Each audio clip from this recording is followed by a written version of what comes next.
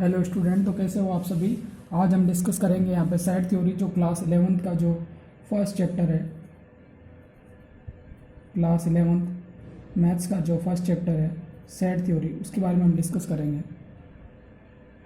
Sorry for that. Set theory, set theory के बारे में डिस्कस कर रहे हैं। सेट थ्योरी को हिंदी में कहते हैं समूचे सिद्धांत यहाँ पे। और ये एनसीईआरटी का जो उसमें तो फर्स्ट चैप्टर है मैथमेटिक्स का। एनसीईआरटी की जो 11th की बुक है उसमें फर्स्ट है, और ओवरऑल भी सभी में फर्स्ट चैप्टर ही है सेट थ्योरी, चैप्टर फर्स्ट। और क्लास 11th ये इसका फर्स्ट चैप्टर है। तो ध्यान से देखो कि फर्स्ट ऑफ ऑल तो सेट थ्योरी होती क्या है और सेट थ्योरी का यूज़ क्या है और इसके क्या क्या अलग अलग पैटर्न्स है, तो ये अपन को यहाँ पे चेक करना है। तो first of all set theory क्या होती है। तो सेट थ्योरी क्या होती है कि एक्चुअल में जो एलिमेंट्स का जो कलेक्शन होता है, डिस्टिंक्ट एलिमेंट्स का कलेक्शन, यानी कि डिस्टिंक्ट का मीनिंग यहाँ पे अलग अलग एलिमेंट्स का जो कलेक्शन होता है वो सेट थ्योरी होता है। मैं आपको एक डेफिनेशन के तौर पर बता दूँ, एक बार इसकी डेफिनेशन लिख लेते हैं। डेफिनेशन क्या है इसकी। a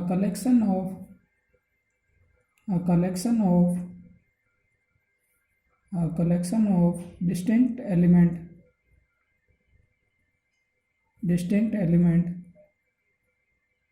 a collection of distinct element is called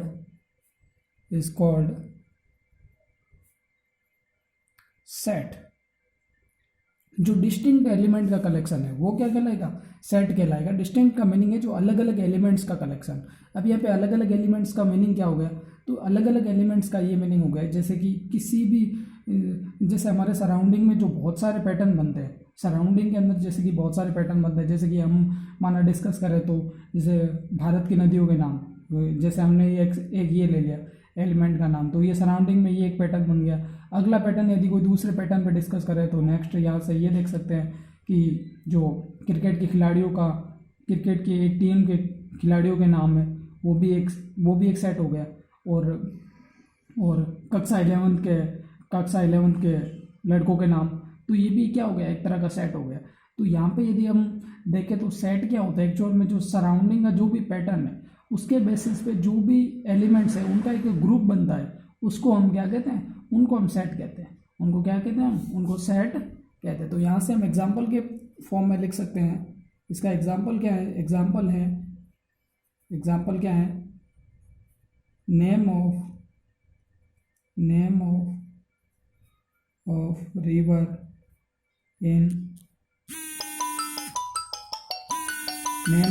in India. और सेकंड क्या है हमारे पास, सेकंड है हमारे पास name of river in India. और सेकंड है हमारे पास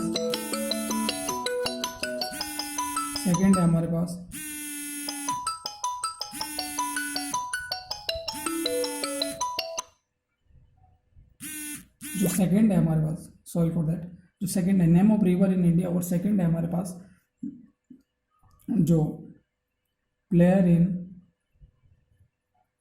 प्लेयर्स इन इंडियन क्रिकेट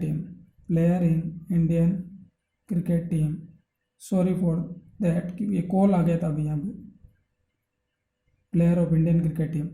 और अगला एग्जांपल हमने डिस्कस कर रहा था कि स्टूडेंट्स ऑफ क्लास 11th। अब यहाँ पे एक और चीज़ यहाँ पे ये ध्यान रखने वाली है कि जो भी सेट्स होंगे हमारे पास, वो सेट क्या होने चाहिए एक्चुअल में, वो सेट क्या होना चाहिए, वेल डिफाइंड होना चाहिए। वेल डिफाइंड का मतलब ये है कि वो सभी के लिए सेम होना चाहिए। एक्चुअल में सभी के लिए सेम का मतलब ये हो गया कि जैसे कि मैं भारत की नदियों के नाम लूँ, तो भारत की नदियों का मतलब ये हो गया कि जो गंगा है, जो सरस्वती है, जैसे मैं मेंशन करूँ तो गंगा सभी के लिए वही नदी होगी, है ना।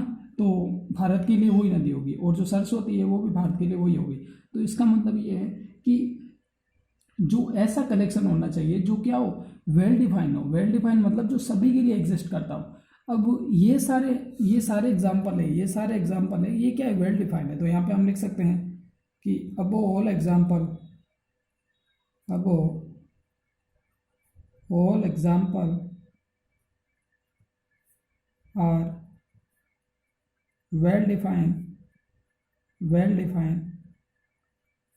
डिफाइंड है। ये सारे एग्जाम्पल वेल डिफाइंड है, लेकिन क्या होता है कि कुछ एग्जाम्पल ऐसे होते हैं, यहाँ पे और भी एग्जाम्पल, बहुत सारे एग्जाम्पल हैं जो क्या है कि वेल डिफाइंड होते हैं, लेकिन और जो वेल डिफाइंड एग्जाम्पल है वही सेट होंगे एक्चुअल में। तो यहाँ पे क्या होगा कि अब कौन से एग्जाम्पल है जो वेल डिफाइंड नहीं होते, तो उनको हम सेट नहीं कह सकते। तो वो होंगे जैसे कि top most scientist in the world, जैसे उसका एग्जाम्पल लें, जैसे not well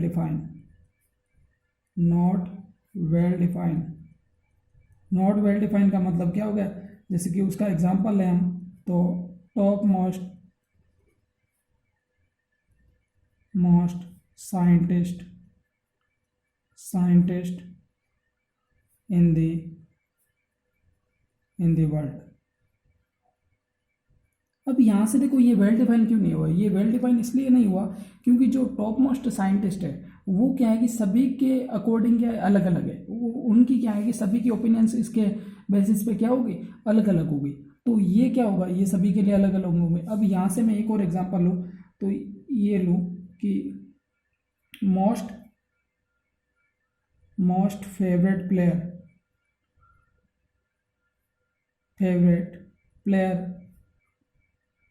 players in India. अभी दी मोस्ट फेवरेट प्लेयर, अब यहाँ पे ये देखें तो ये सभी के लिए फेवरेट अलग अलग होगा। अब सभी की ओपिनियंस अलग अलग है, उनके बेसिस पे क्या होगा, सभी के लिए फेवरेट प्लेयर अलग अलग होगा।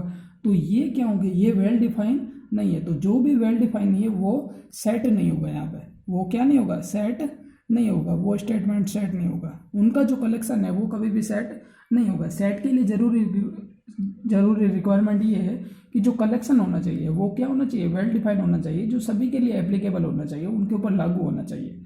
तो ये होगी सेट की जो मेन जो कंडीशन है एग्जैक्ट, वो ये होनी चाहिए। नेक्स्ट देखो यहाँ से, तो नेक्स्ट ये है कि अब जो सेट थ्योरी है इसका यूज़ क्या है, ये मतलब कैसे जनरेट हुई, इसका आइडिया। तो सबसे पहले इसका आइडिया है जो मोस्ट ऑफ द डिटेल से डिस्कशन करा था, वो एक साइंटिस्ट थे, जर्मन साइंटिस्ट, जिन्होंने इसके बारे में आइडिया दिया था। एक साइंटिस्ट है, जर्मन साइंटिस्ट जॉर्ज कैंटर ने, जिन्होंने इनके बारे में आइडिया दिया था। अब अभी इनका यूज़ क्या है, जो सेट थ्योरी का जो मोस्ट ऑफ द यूजिंग है सेट थ्योरी का, वो फर्दर यूजिंग आता है ट्रिगो सॉल्विंग प्रॉब्लम में। जो ट्रिगोनोमेट्री पे बेसिस पे जो भी प्रॉब्लम्स होती है उनके ऊपर इसका यूज़ आता है। तो यूज ऑफ सेट थ्योरी क्या है, trigo solving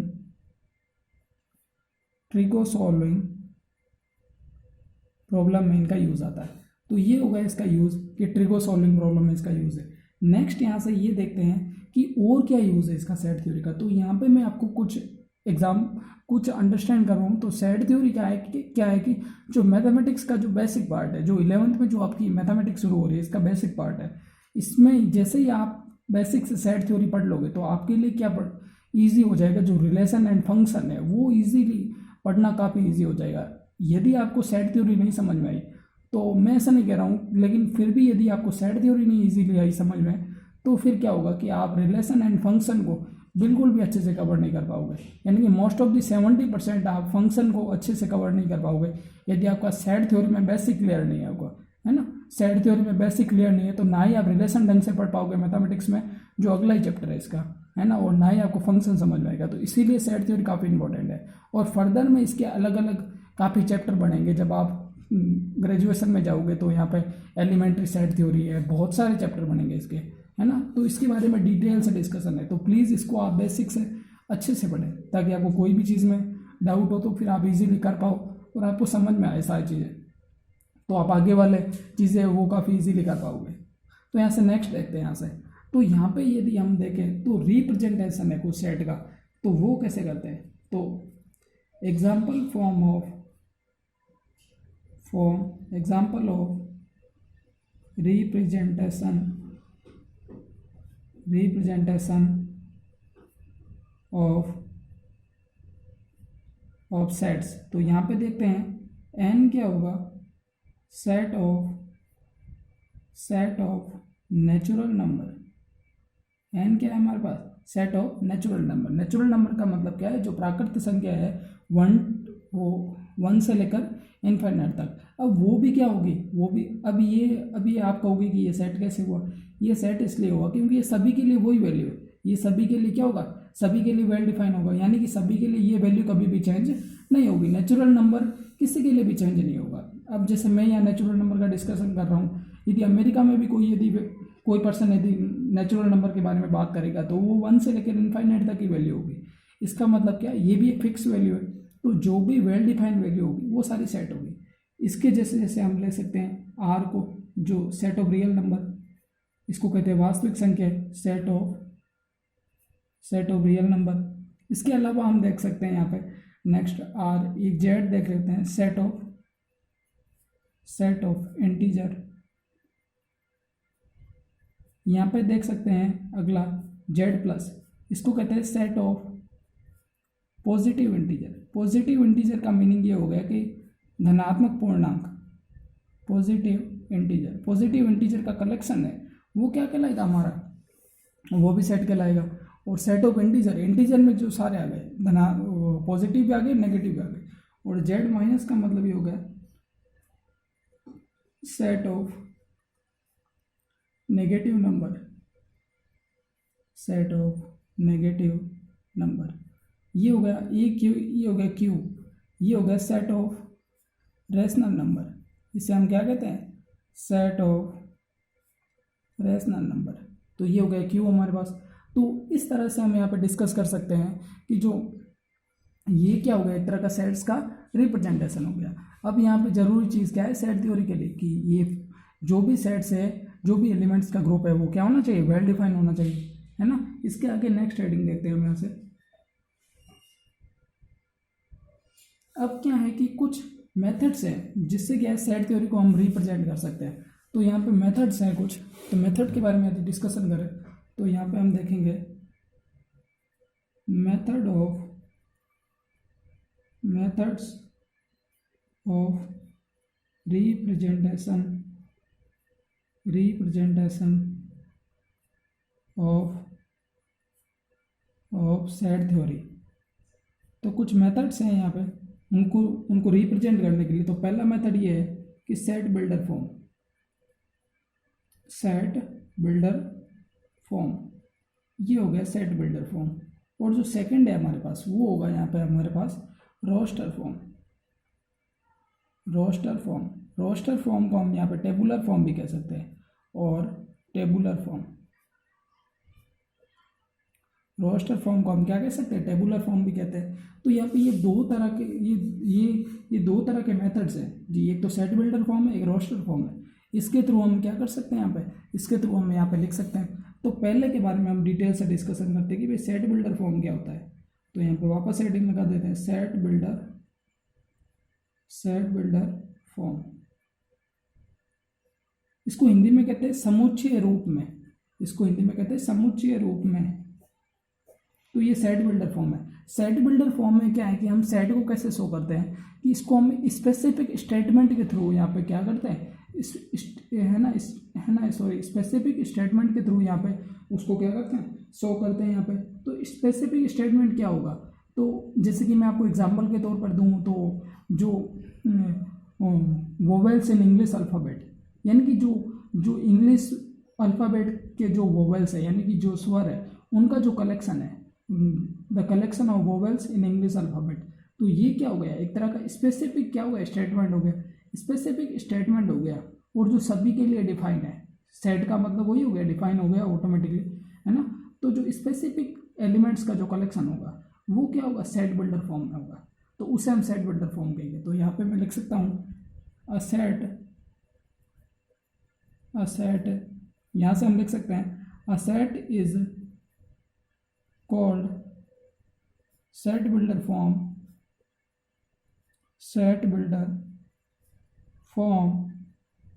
if a set is called a set builder form if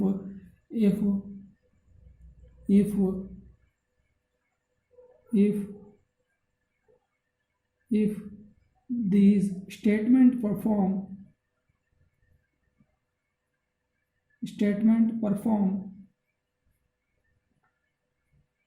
specific mode.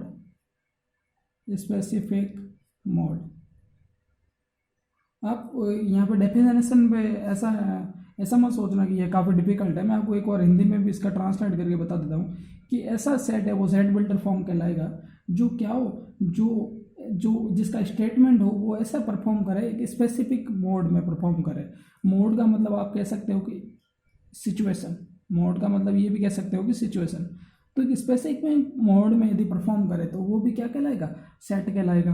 तो वो उसको क्या कहते हैं, सेट बिल्डर फॉर्म। इसका एग्जांपल मैंने आपको बताया है, एग्जांपल क्या होगा, कलेक्शन ऑफ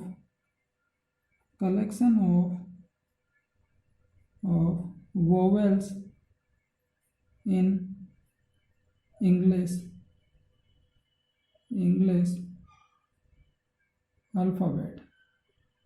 अल्फ़ाबेट। अब इसे सेट बिल्डर फॉर्म में कैसे लिखेंगे, जैसे मैं आपको बताऊँ, यहाँ पे एक और चीज़ मैं आपको बताता भूल गया कि जो सेट थ्योरी है उसमें जब सेट को रिप्रेजेंट करते हैं तो सेट को रिप्रेजेंट करने का तरीका क्या है, उसको हमेशा कैपिटल लेटर से लिखते हैं। तो यहाँ पे यदि सेट को लिखेंगे हम, तो सेट को लिखेंगे हम, जो सेट को लिखेंगे उसको लिखेंगे हम कैपिटल लेटर से,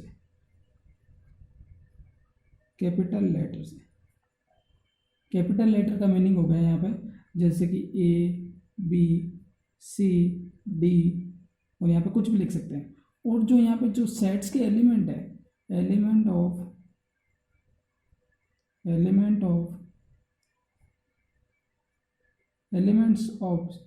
सेट, इसको हम कैसे लिखेंगे, यहाँ पे जो सेट के एलिमेंट है उनको हम लिखेंगे यहाँ पे स्मॉल लेटर में। जो स्मॉल लेटर है उसके अंदर यहाँ पे हम सेट के एलिमेंट को लिखेंगे, like A B C D etcetera. यहाँ पे और भी लिख सकते हैं। तो अब यहाँ से ये चीज़ हमें देखने को मिली कि जो सेट है उसको तो हम लिखेंगे कैपिटल लेटर में, और जो एलिमेंट्स हैं उनके सेट के उनको लिखेंगे हमें स्मॉल लेटर में। ये चीज़ आपको ध्यान में रखनी है, क्योंकि यदि आप थोड़ा सा भी नोटेशन गलत लिखोगे तो यहाँ पे एग्जामिनर है वो इस चीज़ को पहचान जाएगा कि आपने यहाँ गलती करी। आपको पता नहीं है बेसिक आइडियाज़ की सेट क्या है एक्चुअल में, उसको रिप्रेजेंट करने का तरीका भी नहीं पता होगा, तो फिर इससे क्या होगा कि प्रॉब्लम हो जाएगी। तो यहाँ से नेक्स्ट देखते हैं कि सेट बिल्डर फॉर्म में इसको हम क्या लिखेंगे। तो लिखने का तरीका, सपोज लेट हमारे पास एक सेट है x, तो यहाँ से मैं क्या लिखूँगा, x is equal to x such that क्या है, वोवेल्स इन इंग्लिश अल्फ़ाबेट,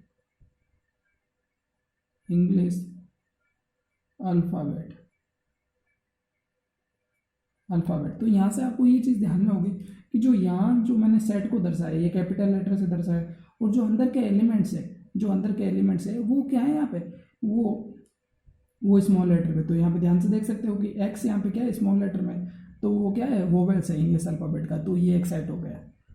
तो आपको आई होप आपको ये चीज़ समझ में आई होगी कि सेट बिल्डर फॉर्म क्या है। नेक्स्ट हम यहाँ से डिस्कस करते हैं यहाँ पे रोस्टर फॉर्म,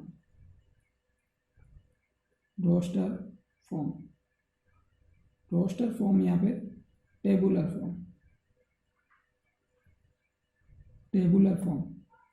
अब इसमें क्या होता है, इसमें हम जब भी एलिमेंट को रिप्रेजेंट करेंगे, जो सेट्स के एलिमेंट है इनको रिप्रेजेंट करेंगे, तब हम क्या करेंगे, लीनियर फॉर्म में रिप्रेजेंट करेंगे। लीनियर फॉर्म का मतलब ये है कि रैखिक फॉर्म में, रैखिक रूप में हम रिप्रेजेंट करेंगे। तो जो भी एलिमेंट्स है उनको हम रैखिक फॉर्म में यहाँ पे रिप्रेजेंट करेंगे। तो यहाँ पे इसकी डेफिनेशन के फॉर्म में लिख सकते हैं कि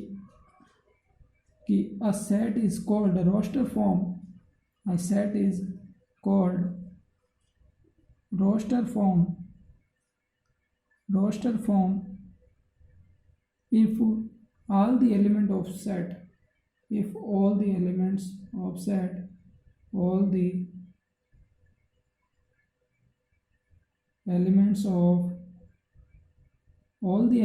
set are in linear form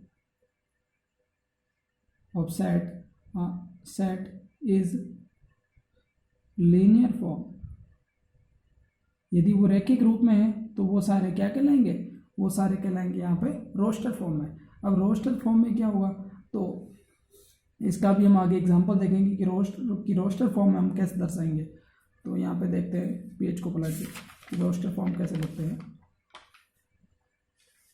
तो रोस्टर फॉर्म का एग्जांपल क्या है, सपोज हमारे पास एक सेट बिल्डर फॉर्म के रूप में वही दे रखा है, जैसे कि हमारे पास एक एक्स सेट दे रखा है, जो पुराना वाला एग्जांपल लेते हैं उसमें x is equal to x such that, यहाँ पे जो डबल डॉट है इसको कहते हैं सच दैट, है ना, सच दैट कहते हैं। डबल डॉट को हम यहाँ पे क्या कहते हैं, सच दैट। मैं आपको एक्सप्लेन कर दूंगा। यहाँ पे डबल डॉट को कहते हैं, इसको पढ़ते हैं, डबल डॉट को पढ़ते हैं, एक मिनट, इसको पढ़ेंगे सच दैट, सच दैट, है ना। तो यहाँ x such that vowels in English alphabet, vowels in English alphabet. यदि ये लाइन कट रही हो गलती से भी तो फिर आप एक बार मैं रिपीट कर रहा हूँ बोल के, तो आप प्लीज़ ध्यान से सुन लेना इसको, वो प्रॉब्लम आ जाती है कभी कभी। तो यहाँ पे देखो कि ये जो सेट है एक्स, कैपिटल लेटर में एक्स, यहाँ पे जो क्या है वोवेल्स इन इंग्लिश अल्फ़ाबेट। तो आई होप आपने ये लाइन ध्यान से देख ली होगी। तो एक्स है जो क्या है, एक्स ये क्या है, वोवेल्स है, वोवेल्स का कलेक्शन है इंग्लिश अल्फ़ाबेट का। तो इसको हम यहाँ पे रोस्टर फॉर्म में कैसे लिखेंगे, तो रोस्टर फॉर्म में लिखने का तरीका ये हो गया, रोस्टर फॉर्म में लिखेंगे x इज इक्वल टू, अब भाई इंग्लिश अल्फ़ाबेट कौन कौन से हो गए, तो सबसे पहले तो इनको दर्शाते हैं कर्ली ब्रैकेट से। कैसे दर्शाते हैं, कर्ली ब्रैकेट से। तो A-E-I-O-U, अब ये क्या हो गए, वोवेल्स हो गए, और इसका क्या हो गया, ऊपर कर्ली ब्रेसेस हो गए। और भी हम काफ़ी देख सकते हैं, यहाँ पे लिख सकते हैं और भी एग्जांपल। एक और एग्जांपल लेते हैं, एक वाई सेट है और ये स्मॉल वाई, और वाई क्या है यहाँ पे, इवन नेचुरल नंबर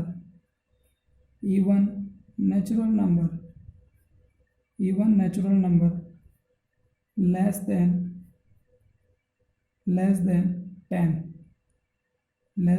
10। अब जो 10 से नीचे के जो इवन नेचुरल नंबर है, भाई इवन नेचुरल नंबर का मतलब क्या है, जो सम प्राकृत संख्या है। अब भाई प्राकृत संख्या 1 से लेकर इन्फाइनाइट तक होती है। अब 10 से लेस इवन नेचुरल नंबर क्या होंगे भाई, 10 से लेस इवन नेचुरल नंबर को यहाँ पे यदि सेट रोस्टर फॉर्म में लिखे तो कैसे लिखेंगे, तो ये देखो रोस्टर फॉर्म में हम लिख रहे हैं 10 से लेस, तो ये कैपिटल वाई, ये रोस्टर फॉर्म कैपिटल वाई, और यहाँ से कर्ली ब्रैकेट, और जो 10 से लेस, तो एक तो होगा नहीं, तो सीधा 2, फिर 2, 4, 6 एंड 8, 10 तो नहीं होगा क्योंकि 10 से लेस है। तो ये होगा इसका रोस्टर फॉर्म। तो आई होप स्टूडेंट्स आपको ये समझ में आएगा कि आपको ये समझ में आया होगा कि